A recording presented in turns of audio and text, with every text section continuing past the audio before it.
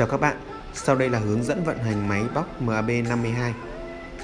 Trước khi đóng điện, chúng ta kiểm tra tổng quan máy, đảm bảo hệ thống điện an toàn, không có các chướng ngại vật và dị vật vương trên máy. Đóng cầu giao điện và đóng công tắc điện tại tủ điện. Chú ý các nút bấm. Nút thứ nhất, nút Stop màu đỏ, sử dụng trong các tình huống khẩn cấp, gặp sự cố. Nút thứ hai là nút dừng máy. Nút thứ ba, nút sử dụng dao chặt. Nút thứ tư, nút sử dụng chọc lõi. Đối với cần gạt, gạt lên trên để mở khởi động máy, gạt xuống dưới để đóng khởi động máy, gạt sang trái cho máy chạy và gạt sang phải để dừng máy.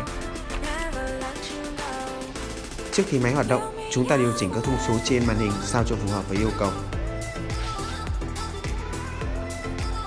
Tiến hành vận hành máy sau khi đã làm xong tất cả các bước trên.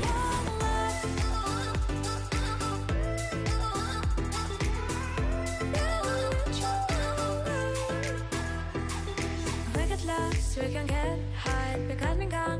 I feel alive. Anywhere, anyway, I will love you.